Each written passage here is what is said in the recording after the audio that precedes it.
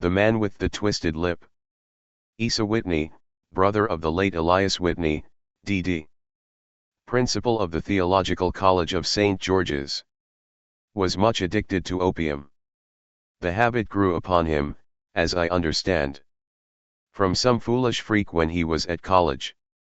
For having read De Quincey's description of his dreams and sensations, he had drenched his tobacco with laudanum in an attempt to produce the same effects. He found, as so many more have done, that the practice is easier to attain than to get rid of. And for many years, he continued to be a slave to the drug, an object of mingled horror and pity to his friends and relatives.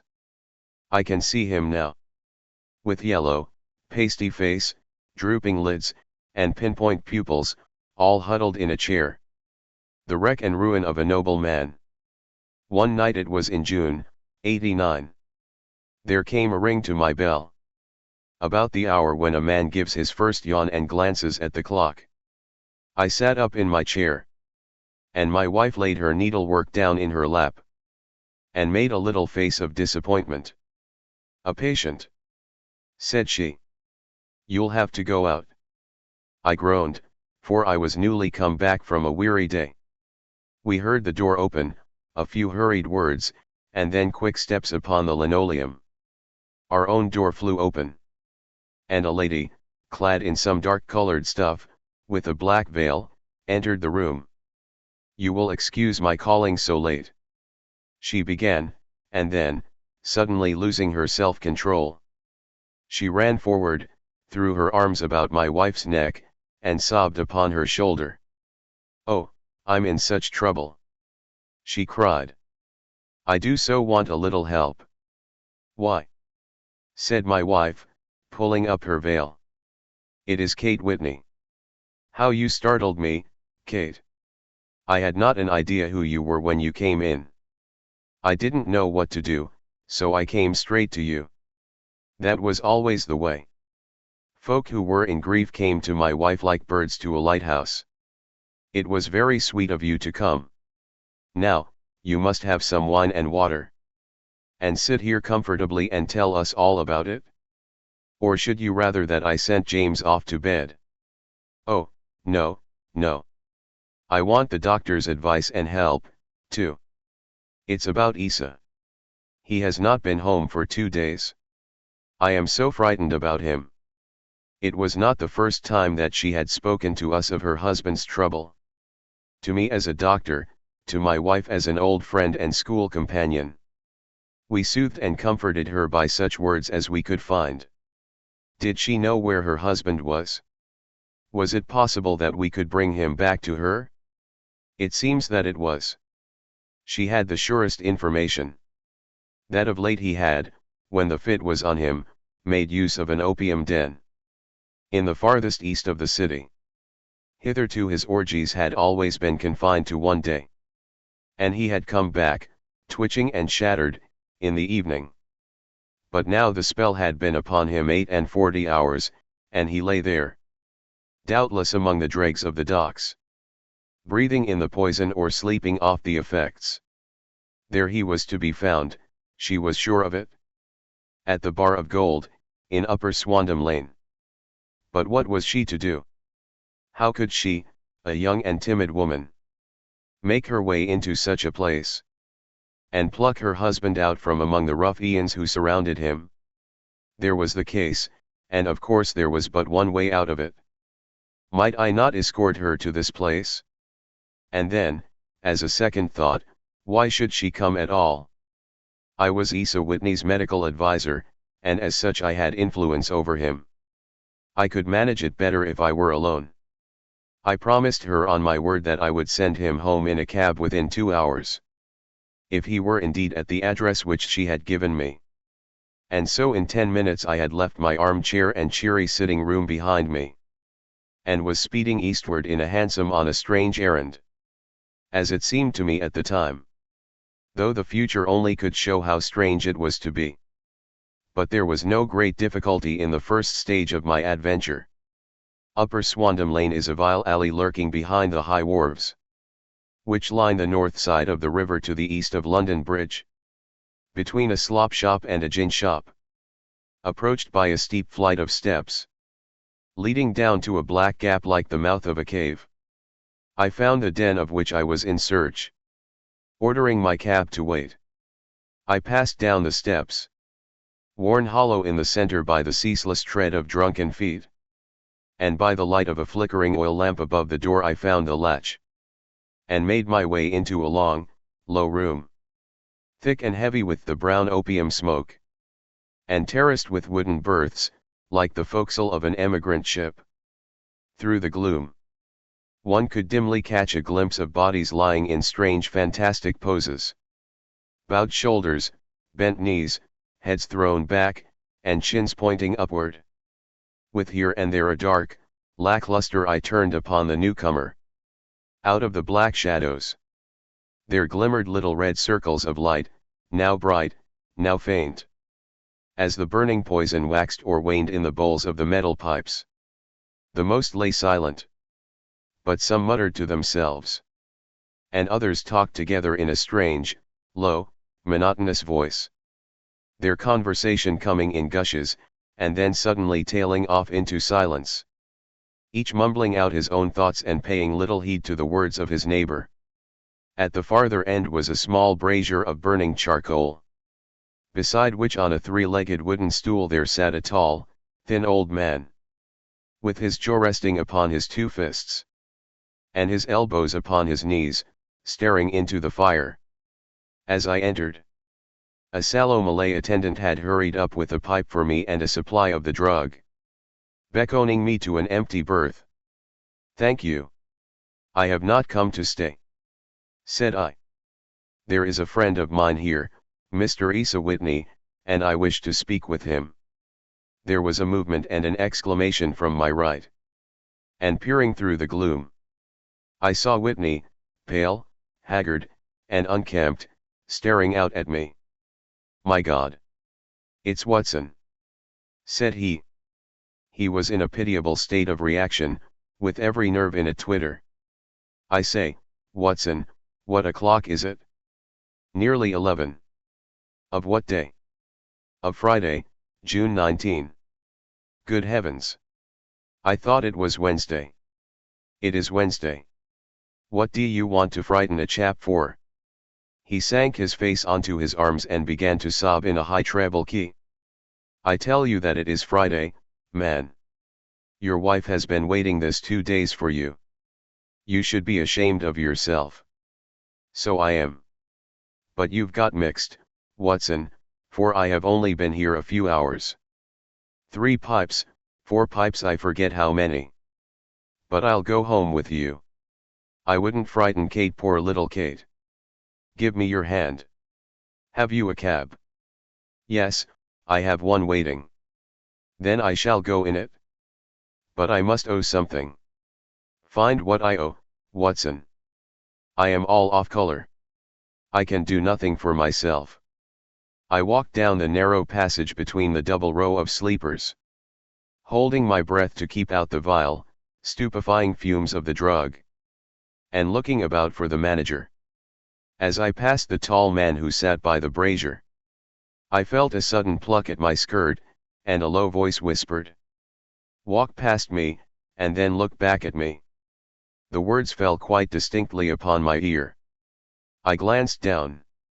They could only have come from the old man at my side. And yet he sat now as absorbed as ever. Very thin, very wrinkled, bent with age. An opium pipe dangling down from between his knees, as though it had dropped in sheer lassitude from his fingers. I took 2 steps forward and looked back. It took all my self-control to prevent me from breaking out into a cry of astonishment. He had turned his back so that none could see him but I. His form had filled out, his wrinkles were gone, the dull eyes had regained their fire. And there, sitting by the fire and grinning at my surprise, was none other than Sherlock Holmes. He made a slight motion to me to approach him. And instantly, as he turned his face half round to the company once more, subsided into a doddering, loose-lipped senility. "Holmes," I whispered. "What on earth are you doing in this den?" "As low as you can," he answered. "I have excellent airs. If you would have the great kindness to get rid of that sottish friend of yours, I should be exceedingly glad to have a little talk with you. I have a cab outside. Then pray send him home in it. You may safely trust him, for he appears to be too limp to get into any mischief. I should recommend you also to send a note by the cabman to your wife, to say that you have thrown in your lot with me. If you will wait outside, I shall be with you in 5 minutes." It was difficult to refuse any of Sherlock Holmes' requests, for they were always so exceedingly definite, and put forward with such a quiet air of mastery. I felt, however, that when Whitney was once confined in the cab, my mission was practically accomplished. And for the rest, I could not wish anything better than to be associated with my friend in one of those singular adventures which were the normal condition of his existence. In a few minutes, I had written my note, paid Whitney's bill, led him out to the cab, and seen him driven through the darkness. In a very short time a decrepit figure had emerged from the opium den, and I was walking down the street with Sherlock Holmes. For 2 streets he shuffled along with a bent back and an uncertain foot. Then, glancing quickly round, he straightened himself out and burst into a hearty fit of laughter. "I suppose, Watson," said he, "that you imagine that I have added opium smoking to cocaine injections, and all the other little weaknesses on which you have favored me with your medical views. I was certainly surprised to find you there, but not more so than I to find you. I came to find a friend, and I to find an enemy. An enemy. Yes, one of my natural enemies, or, shall I say, my natural prey. Briefly, Watson, I am in the midst of a very remarkable inquiry, and I have hoped to find a clue in the incoherent ramblings of these sots, as I have done before now. Had I been recognized in that den, my life would not have been worth an hour's purchase, for I have used it before now for my own purposes, and the rascally lascar who runs it has sworn to have vengeance upon me. There is a trapdoor at the back of that building, near the corner of Paul's Wharf, which could tell some strange tales of what has passed through it upon the moonless nights. What? You do not mean bodies? Bodies, Watson. We should be rich men if we had £1,000 for every poor devil who has been done to death in that den. It is the vilest murder trap on the whole riverside, and I fear that Neville St. Clair has entered it never to leave it more. But our trap should be here." He put his 2 forefingers between his teeth and whistled shrilly, a signal which was answered by a similar whistle from the distance, followed shortly by the rattle of wheels and the clink of horses' hoofs. "Now, Watson," said Holmes, as a tall dog-cart dashed up through the gloom, throwing out 2 golden tunnels of yellow light from its side lanterns. "You'll come with me, won't you? If I can be of use." "Oh, a trusty comrade is always of use, and a chronicler still more so. My room at the Cedars is a double-bedded one." "The Cedars?" "Yes, that is Mr. St. Clair's house. I am staying there while I conduct the inquiry." "Where is it, then?" "Near Lee, in Kent. We have a 7-mile drive before us." "But I am all in the dark." "Of course you are. You'll know all about it presently. Jump up here." "All right, John, we shall not need you. Here's half a crown. Look out for me tomorrow, about 11. Give her her head. So long, then." He flicked the horse with his whip, and we dashed away through the endless succession of somber and deserted streets, which widened gradually, until we were flying across a broad balustrade bridge, with the murky river flowing sluggishly beneath us. Beyond lay another dull wilderness of bricks and mortar, its silence broken only by the heavy, regular footfall of the policeman. or the songs and shouts of some belated party of revelers. A dull rack was drifting slowly across the sky, and a star or two twinkled dimly here and there through the rifts of the clouds.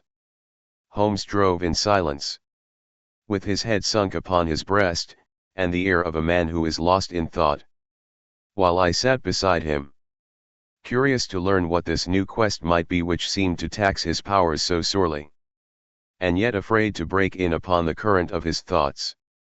We had driven several miles, and were beginning to get to the fringe of the belt of suburban villas, when he shook himself, shrugged his shoulders, and lit up his pipe, with the air of a man who has satisfied himself that he is acting for the best. "You have a grand gift of silence, Watson," said he. "It makes you quite invaluable as a companion. Pon my word, it is a great thing for me to have someone to talk to, for my own thoughts are not over pleasant.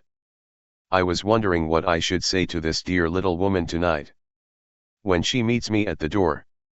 You forget that I know nothing about it? I shall just have time to tell you the facts of the case before we get to Lee. It seems absurdly simple, and yet, somehow I can get nothing to go upon. There's plenty of thread, no doubt, but I can't get the end of it into my hand. Now, I'll state the case clearly and concisely to you, Watson, and maybe you can see a spark where all is dark to me. Proceed, then. Some years ago, to be definite, in May, 1884, there came to Lee a gentleman, Neville St. Clair by name, who appeared to have plenty of money. He took a large villa, laid out the grounds very nicely, and lived generally in good style. By degrees he made friends in the neighborhood, and in 1887 he married the daughter of a local brewer, by whom he now has 2 children. He had no occupation, but was interested in several companies, and went into town as a rule in the morning, returning by the 5:14 from Cannon Street every night. Mr. St. Clair is now 37 years of age, is a man of temperate habits, a good husband, a very affectionate father, and a man who is popular with all who know him.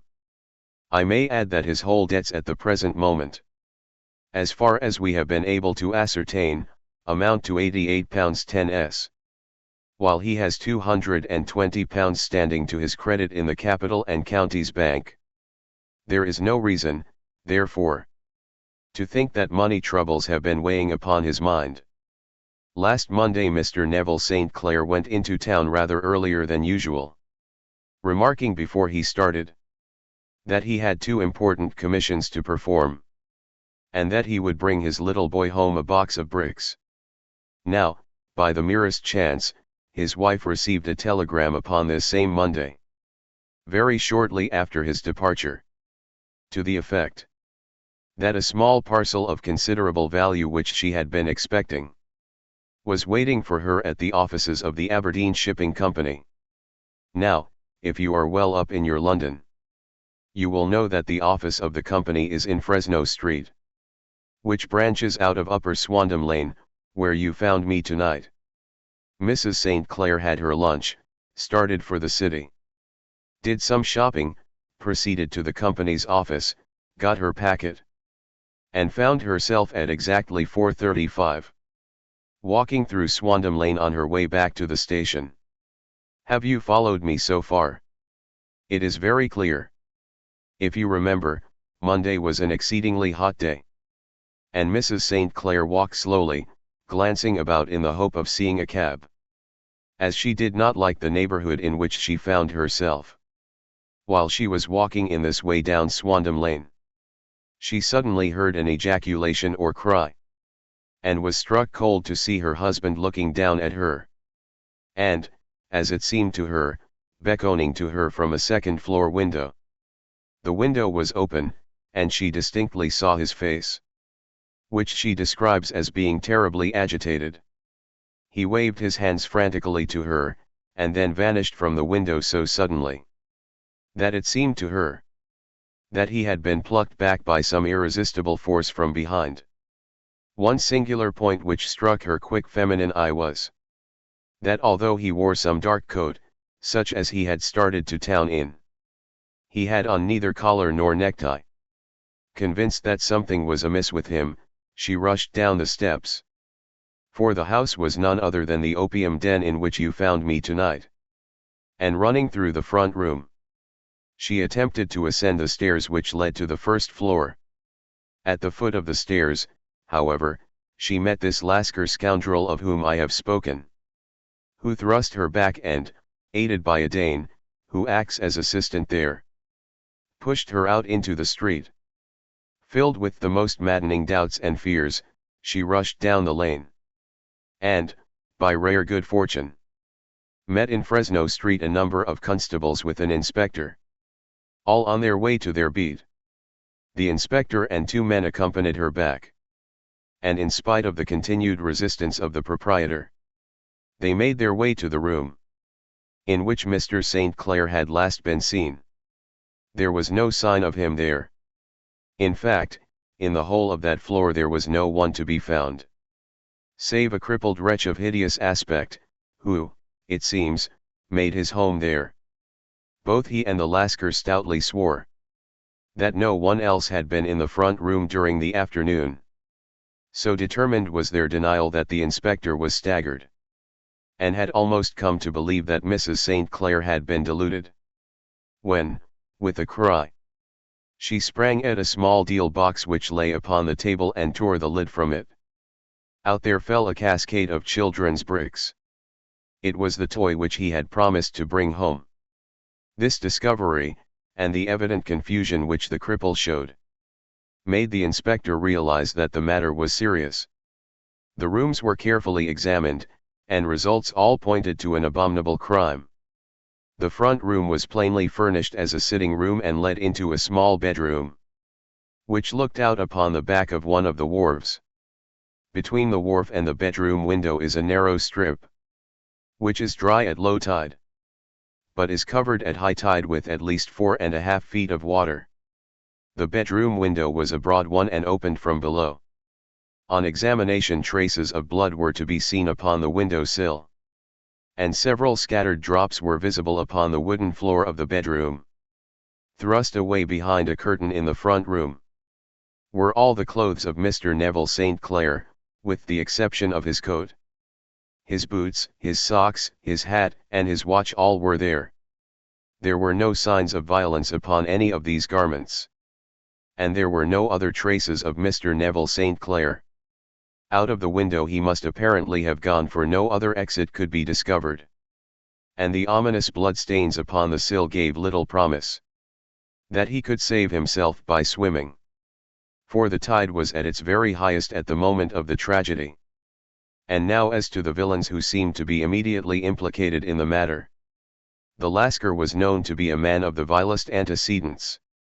But as, by Mrs. St. Clair's story, he was known to have been at the foot of the stair, within a very few seconds of her husband's appearance at the window, he could hardly have been more than an accessory to the crime. His defense was one of absolute ignorance, and he protested that he had no knowledge as to the doings of Hugh Boone, his lodger, and that he could not account in any way for the presence of the missing gentleman's clothes. So much for the Lascar manager. Now for the sinister cripple who lives upon the second floor of the opium den, and who was certainly the last human being whose eyes rested upon Neville St. Clair. His name is Hugh Boone, and his hideous face is one which is familiar to every man who goes much to the city. He is a professional beggar, though in order to avoid the police regulations, he pretends to a small trade in wax vestas.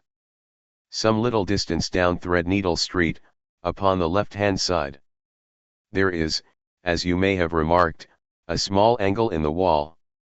Here it is that this creature takes his daily seat, cross-legged with his tiny stock of matches on his lap. And as he is a piteous spectacle, a small rain of charity descends into the greasy leather cap, which lies upon the pavement beside him. I have watched the fellow more than once, before ever I thought of making his professional acquaintance, and I have been surprised at the harvest which he has reaped in a short time. His appearance, you see, is so remarkable that no one can pass him without observing him. A shock of orange hair, a pale face disfigured by a horrible scar, which, by its contraction, has turned up the outer edge of his upper lip. A bulldog chin, and a pair of very penetrating dark eyes, which present a singular contrast to the color of his hair. All mark him out from amid the common crowd of mendicants. And so, too, does his wit, for he is ever ready with a reply to any piece of chaff which may be thrown at him by the passers-by. This is the man whom we now learn to have been the lodger at the opium den, and to have been the last man to see the gentleman of whom we are in quest. But a cripple, said I. What could he have done single-handed against a man in the prime of life? He is a cripple in the sense that he walks with a limp. But in other respects he appears to be a powerful and well-nurtured man. Surely your medical experience would tell you, Watson, that weakness in one limb is often compensated for by exceptional strength in the others. Pray continue your narrative. Mrs. St. Clair had fainted at the sight of the blood upon the window, and she was escorted home in a cab by the police, as her presence could be of no help to them in their investigations.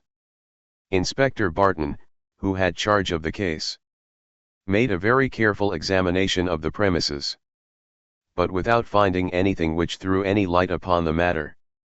One mistake had been made in not arresting Boone instantly, as he was allowed some few minutes, during which he might have communicated with his friend the Lascar.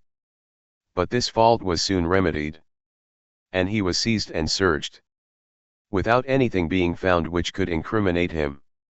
There were, it is true, some blood stains upon his right shirt sleeve, but he pointed to his ring finger, which had been cut near the nail, and explained that the bleeding came from there, adding that he had been to the window not long before, and that the stains which had been observed there came doubtless from the same source. He denied strenuously having ever seen Mr. Neville St. Clair, and swore that the presence of the clothes in his room was as much a mystery to him as to the police. As to Mrs. St. Clair's assertion that she had actually seen her husband at the window, he declared that she must have been either mad or dreaming. He was removed, loudly protesting, to the police station, while the inspector remained upon the premises, in the hope that the ebbing tide might afford some fresh clue. And it did, though they hardly found upon the mud bank what they had feared to find. It was Neville St. Clair's coat, and not Neville St. Clair, which lay uncovered as the tide receded. And what do you think they found in the pockets? I cannot imagine. No, I don't think you would guess. Every pocket stuffed with pennies and halfpennies for 21 pennies and 270 halfpennies. It was no wonder that it had not been swept away by the tide. But a human body is a different matter. There is a fierce eddy between the wharf and the house. It seemed likely enough that the weighted coat had remained when the stripped body had been sucked away into the river. But I understand that all the other clothes were found in the room. Would the body be dressed in a coat alone? No, sir, but the facts might be met speciously enough. Suppose that this man Boone had thrust Neville St. Clair through the window. There is no human eye which could have seen the deed. What would he do then? It would of course instantly strike him that he must get rid of the telltale garments. He would seize the coat, then, and be in the act of throwing it out, when it would occur to him that it would swim and not sink. He has little time, for he has heard the scuffle downstairs when the wife tried to force her way up, and perhaps he has already heard from his Lascar confederate that the police are hurrying up the street. There is not an instant to be lost. He rushes to some secret hoard, where he has accumulated the fruits of his beggary, and he stuffs all the coins upon which he can lay his hands into the pockets, to make sure of the coat sinking. He throws it out, and would have done the same with the other garments, had not he heard the rush of steps below, and only just had time to close the window when the police appeared. It certainly sounds feasible. Well, we will take it as a working hypothesis for want of a better. Boone, as I have told you, was arrested and taken to the station. But it could not be shown that there had ever before been anything against him. He had for years been known as a professional beggar. But his life appeared to have been a very quiet and innocent one. There the matter stands at present, and the questions which have to be solved. What Neville St. Clair was doing in the opium den? What happened to him when there? Where is he now? And what Hugh Boone had to do with his disappearance? Are all as far from a solution as ever. I confess that I cannot recall any case within my experience which looked at the first glance so simple and yet which presented such difficulties. While Sherlock Holmes had been detailing this singular series of events, we had been whirling through the outskirts of the great town, until the last straggling houses had been left behind, and we rattled along with the country hedge upon either side of us. Just as he finished, however, we drove through two scattered villages, where a few lights still glimmered in the windows. "We are on the outskirts of Lee," said my companion. "We have touched on 3 English counties in our short drive. Starting in Middlesex, passing over an angle of Surrey, and ending in Kent. See that light among the trees? That is the Cedars. And beside that lamp sits a woman, whose anxious ears have already, I have little doubt, caught the clink of our horses' feet. But why are you not conducting the case from Baker Street?" I asked. "Because there are many inquiries which must be made out here. Mrs. St. Clair has most kindly put 2 rooms at my disposal. And you may rest assured that she will have nothing but a welcome for my friend and colleague. I hate to meet her, Watson, when I have no news of her husband. Here we are. Whoa, there, whoa." We had pulled up in front of a large villa which stood within its own grounds. A stable boy had run out to the horse's head, and springing down, I followed Holmes up the small, winding gravel drive which led to the house. As we approached, the door flew open, and a little blonde woman stood in the opening, clad in some sort of light mousseline de soie, with a touch of fluffy pink chiffon at her neck and wrists. She stood with her figure outlined against the flood of light, one hand upon the door, one half raised in her eagerness. Her body slightly bent, her head and face protruded, with eager eyes and parted lips. A standing question. "Well?" she cried. "Well?" And then, seeing that there were 2 of us, she gave a cry of hope, which sank into a groan, as she saw that my companion shook his head and shrugged his shoulders. "No good news?" "None." "No bad?" "No." "Thank God for that. But come in. You must be weary, for you have had a long day. This is my friend, Dr. Watson. He has been of most vital use to me in several of my cases. And a lucky chance has made it possible for me to bring him out and associate him with this investigation. I am delighted to see you," said she, pressing my hand warmly. "You will, I am sure, forgive anything that may be wanting in our arrangements, when you consider the blow which has come so suddenly upon us." "My dear madam," said I, "I am an old campaigner, and if I were not I can very well see that no apology is needed. If I can be of any assistance, either to you or to my friend here, I shall be indeed happy. Now, Mr. Sherlock Holmes," said the lady as we entered a well-lit dining room, upon the table of which a cold supper had been laid out, "I should very much like to ask you 1 or 2 plain questions, to which I beg that you will give a plain answer." "Certainly, madam. Do not trouble about my feelings. I am not hysterical, nor given to fainting. I simply wish to hear your real opinion." "Upon what point? In your heart of hearts, do you think that Neville is alive?" Sherlock Holmes seemed to be embarrassed by the question. "Frankly, now," she repeated, standing upon the rug and looking keenly down at him, as he leaned back in a basket chair. "Frankly, then, madam, I do not." "You think that he is dead?" "I do." "Murdered?" "I don't say that." "Perhaps." "And on what day did he meet his death?" "On Monday."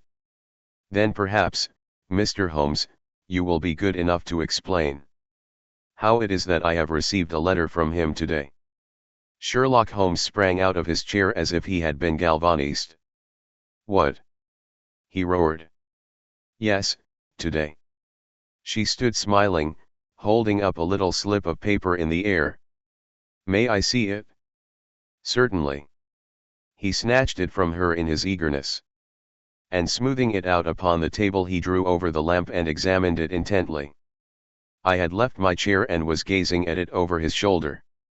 The envelope was a very coarse one and was stamped with the Gravesend postmark, and with the date of that very day, or rather of the day before, for it was considerably after midnight. "Coarse writing," murmured Holmes. "Surely this is not your husband's writing, madam?"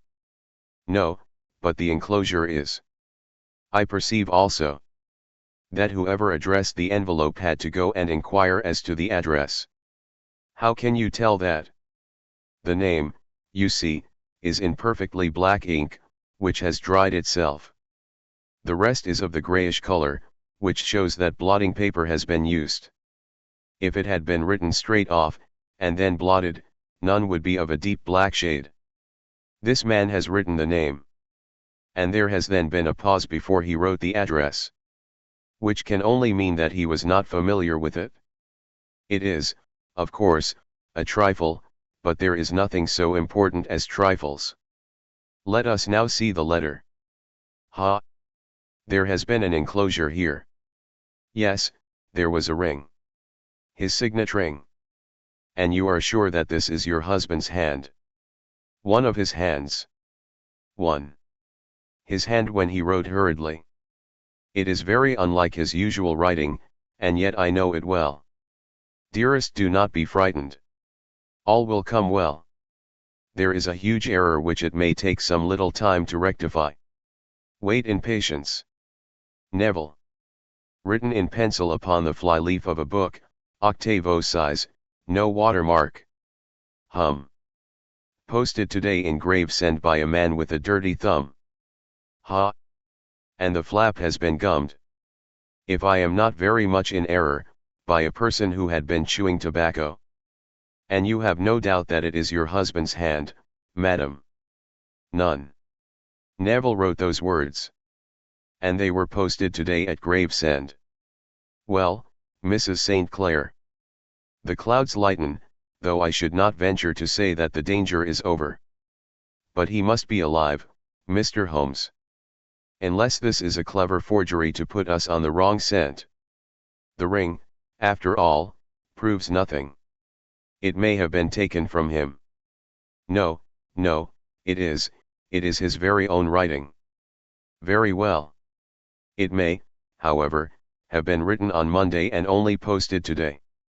That is possible. If so, much may have happened between.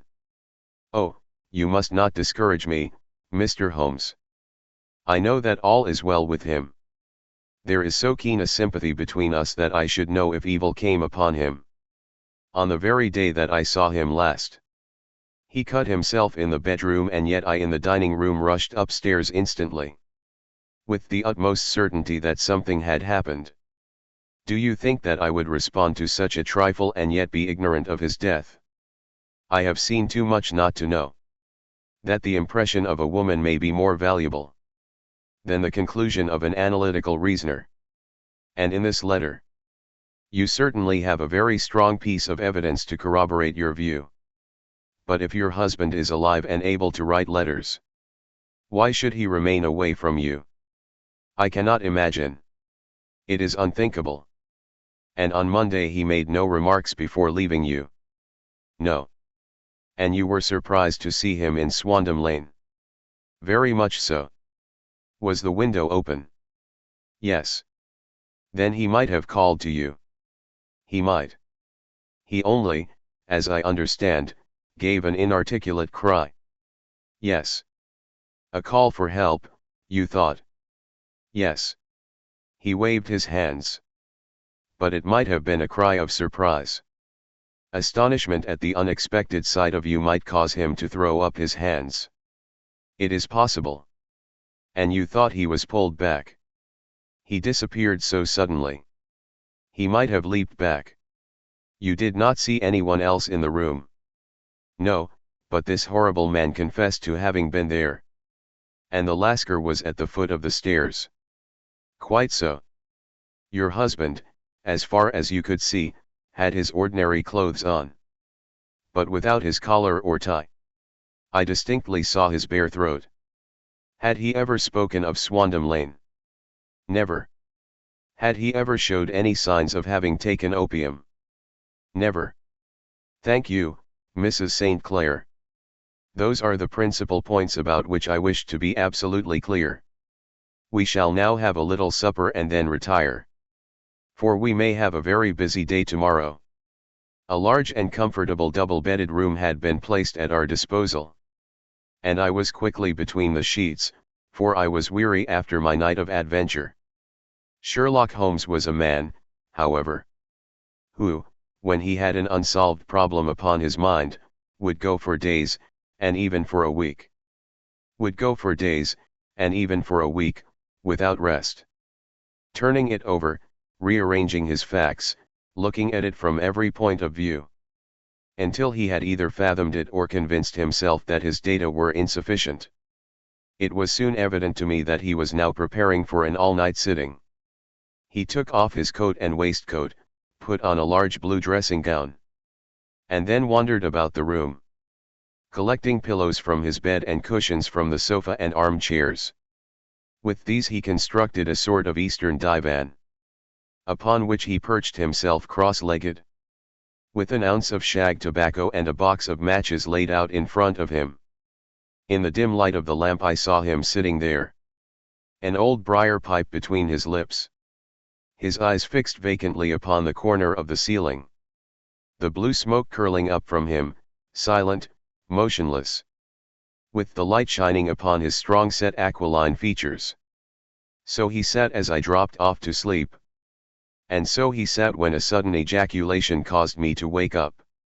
And I found the summer sun shining into the apartment. The pipe was still between his lips, the smoke still curled upward. And the room was full of a dense tobacco haze. But nothing remained of the heap of shag which I had seen upon the previous night. "Awake, Watson?" he asked. "Yes."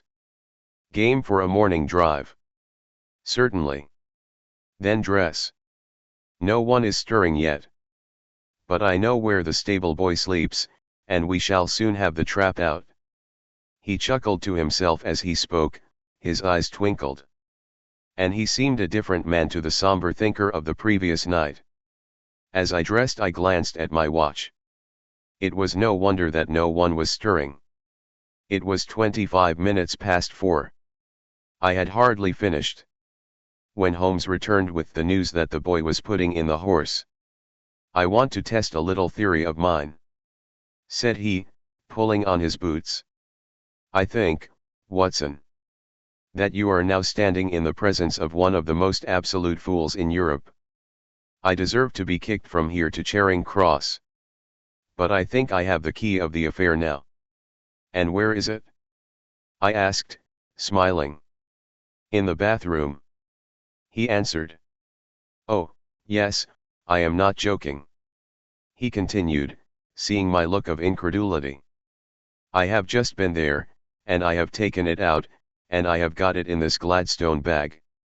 Come on, my boy, and we shall see whether it will not fit the lock." We made our way downstairs as quietly as possible, and out into the bright morning sunshine. In the road stood our horse and trap, with the half-clad stable boy waiting at the head. We both sprang in, and away we dashed down the London road. A few country carts were stirring, bearing in vegetables to the metropolis. But the lines of villas on either side were as silent and lifeless as some city in a dream. It has been in some points a singular case," said Holmes, flicking the horse on into a gallop. "I confess that I have been as blind as a mole. But it is better to learn wisdom late than never to learn it at all." In town the earliest risers were just beginning to look sleepily from their windows. As we drove through the streets of the Surrey side, passing down the Waterloo Bridge Road, we crossed over the river, and dashing up Wellington Street wheeled sharply to the right, and found ourselves in Bow Street. Sherlock Holmes was well known to the force, and the two constables at the door saluted him. One of them held the horse's head while the other led us in. "Who is on duty?" asked Holmes. "Inspector Bradstreet, sir." "Ah, Bradstreet, how are you?" A tall, stout official had come down the stone-flagged passage, in a peaked cap and frog jacket. "I wish to have a quiet word with you, Bradstreet." "Certainly, Mr. Holmes. Step into my room here." It was a small, office-like room, with a huge ledger upon the table, and a telephone projecting from the wall. The inspector sat down at his desk. "What can I do for you, Mr. Holmes?" "I called about that beggarman, Boone. The one who was charged with being concerned in the disappearance of Mr. Neville St. Clair, of Lee." "Yes. He was brought up and remanded for further inquiries." "So I heard. You have him here?" "In the cells." "Is he quiet?" "Oh, he gives no trouble. But he is a dirty scoundrel." "Dirty?" "Yes, it is all we can do to make him wash his hands. And his face is as black as a tinker's.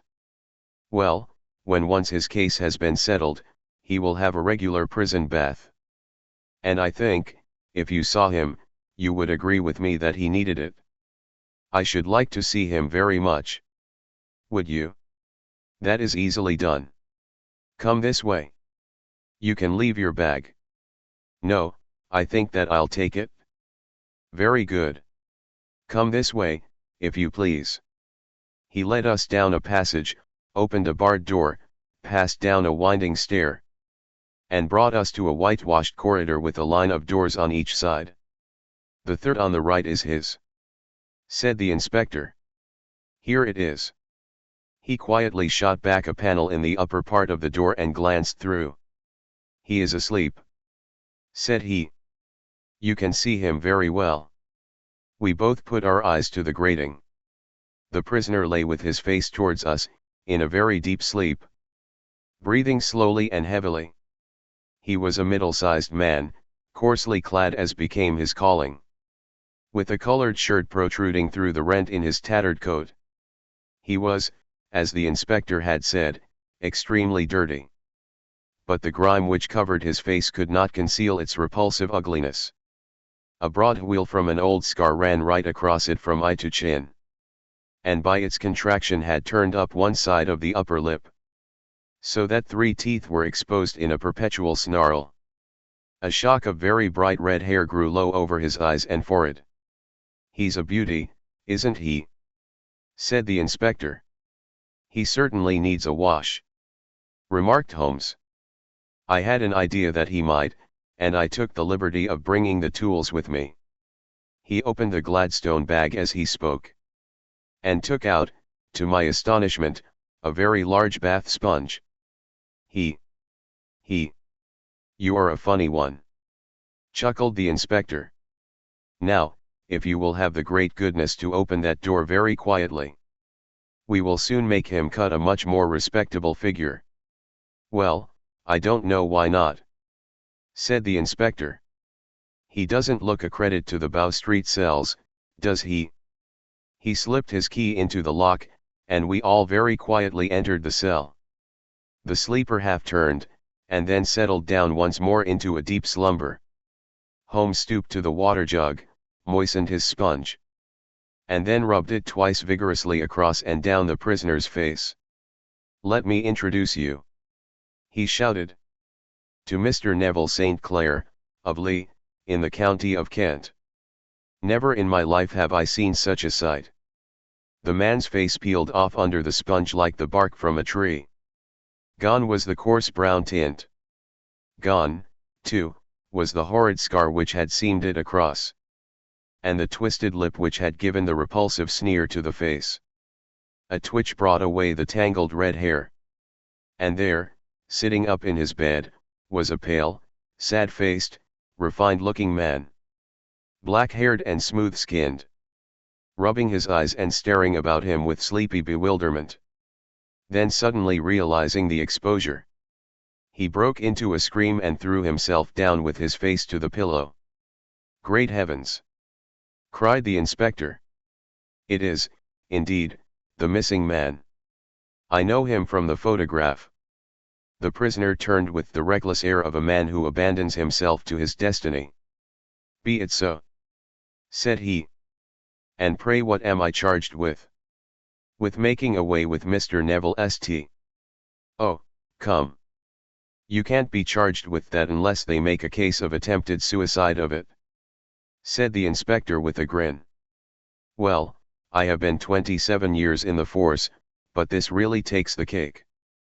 If I am Mr. Neville St. Clair, then it is obvious that no crime has been committed. And that, therefore, I am illegally detained. No crime, but a very great error has been committed," said Holmes. "You would have done better to have trusted your wife." "It was not the wife, it was the children," groaned the prisoner.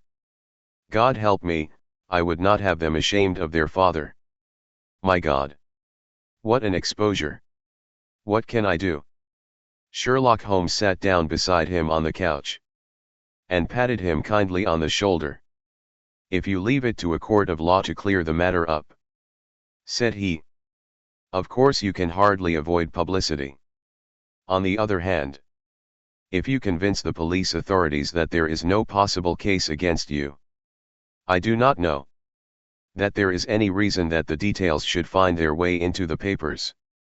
Inspector Bradstreet would, I am sure, make notes upon anything which you might tell us, and submit it to the proper authorities. The case would then never go into court at all." "God bless you!" cried the prisoner passionately. "I would have endured imprisonment, even execution, rather than have left my miserable secret as a family blot to my children. You are the first who have ever heard my story. My father was a schoolmaster in Chesterfield, where I received an excellent education. I traveled in my youth, took to the stage, and finally became a reporter on an evening paper in London. One day my editor wished to have a series of articles upon begging in the metropolis, and I volunteered to supply them. There was the point from which all my adventures started. It was only by trying begging as an amateur that I could get the facts upon which to base my articles. When an actor I had, of course, learned all the secrets of making up, and had been famous in the green room for my skill. I took advantage now of my attainments. I painted my face, and to make myself as pitiable as possible I made a good scar, and fixed one side of my lip in a twist, by the aid of a small slip of flesh-colored plaster. Then with a red head of hair, and an appropriate dress, I took my station in the business part of the city, ostensibly as a match seller but really as a beggar. For 7 hours I plied my trade, and when I returned home in the evening, I found to my surprise that I had received no less than 20 sixs. 4d. I wrote my articles and thought little more of the matter, until, some time later, I backed a bill for a friend and had a writ served upon me for £25. I was at my wits' end where to get the money, but a sudden idea came to me. I begged a fortnight's grace from the creditor, asked for a holiday from my employers, and spent the time in begging in the city under my disguise. In 10 days I had the money and had paid the debt. Well, you can imagine how hard it was to settle down to arduous work at £2 a week, when I knew that I could earn as much in a day by smearing my face with a little paint, laying my cap on the ground, and sitting still. It was a long fight between my pride and the money, but the dollars won at last. And I threw up reporting and sat day after day in the corner which I had first chosen, inspiring pity by my ghastly face and filling my pockets with coppers. Only one man knew my secret.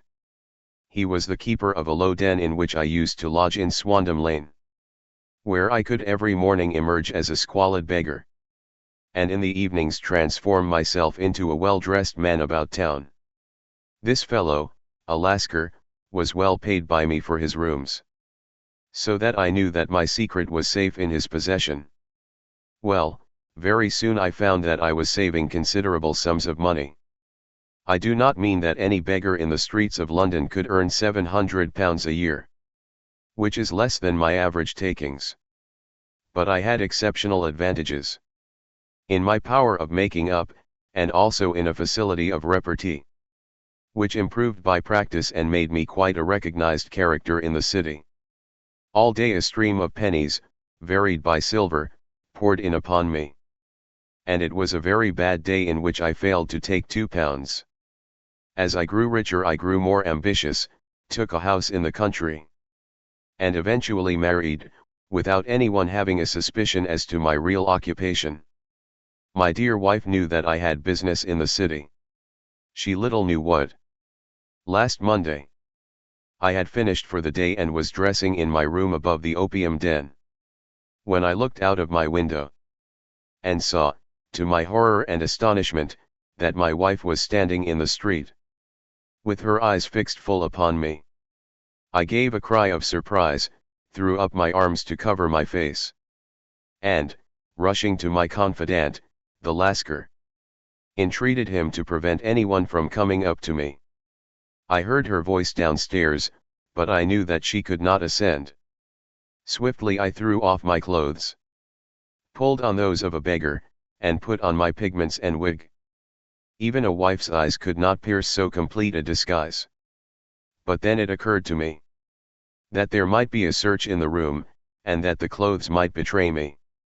I threw open the window, reopening by my violence a small cut, which I had inflicted upon myself in the bedroom that morning. Then I seized my coat, which was weighted by the coppers, which I had just transferred to it from the leather bag in which I carried my takings. I hurled it out of the window, and it disappeared into the Thames. The other clothes would have followed. But at that moment there was a rush of constables up the stair, and a few minutes after I found, rather, I confess, to my relief, that instead of being identified as Mr. Neville St. Clair, I was arrested as his murderer. I do not know that there is anything else for me to explain. I was determined to preserve my disguise as long as possible, and hence my preference for a dirty face, knowing that my wife would be terribly anxious. I slipped off my ring and confided it to the Lascar at a moment when no constable was watching me, together with a hurried scrawl, telling her that she had no cause to fear. "That note only reached her yesterday," said Holmes. "Good God! What a week she must have spent." "The police have watched this Lascar," said Inspector Bradstreet, "and I can quite understand that he might find it difficult to post a letter unobserved. Probably he handed it to some sailor customer of his, who forgot all about it for some days." "That was it," said Holmes, nodding approvingly. "I have no doubt of it. But have you never been prosecuted for begging?" "Many times, but what was a fine to me?" "It must stop here, however," said Bradstreet. "If the police are to hush this thing up, there must be no more of Hugh Boone. I have sworn it by the most solemn oaths which a man can take. In that case I think that it is probable that no further steps may be taken. But if you are found again, then all must come out. I am sure, Mr. Holmes, that we are very much indebted to you for having cleared the matter up. I wish I knew how you reach your results." "I reached this one," said my friend, "by sitting upon 5 pillows and consuming an ounce of shag. I think, Watson, that if we drive to Baker Street we shall just be in time for breakfast."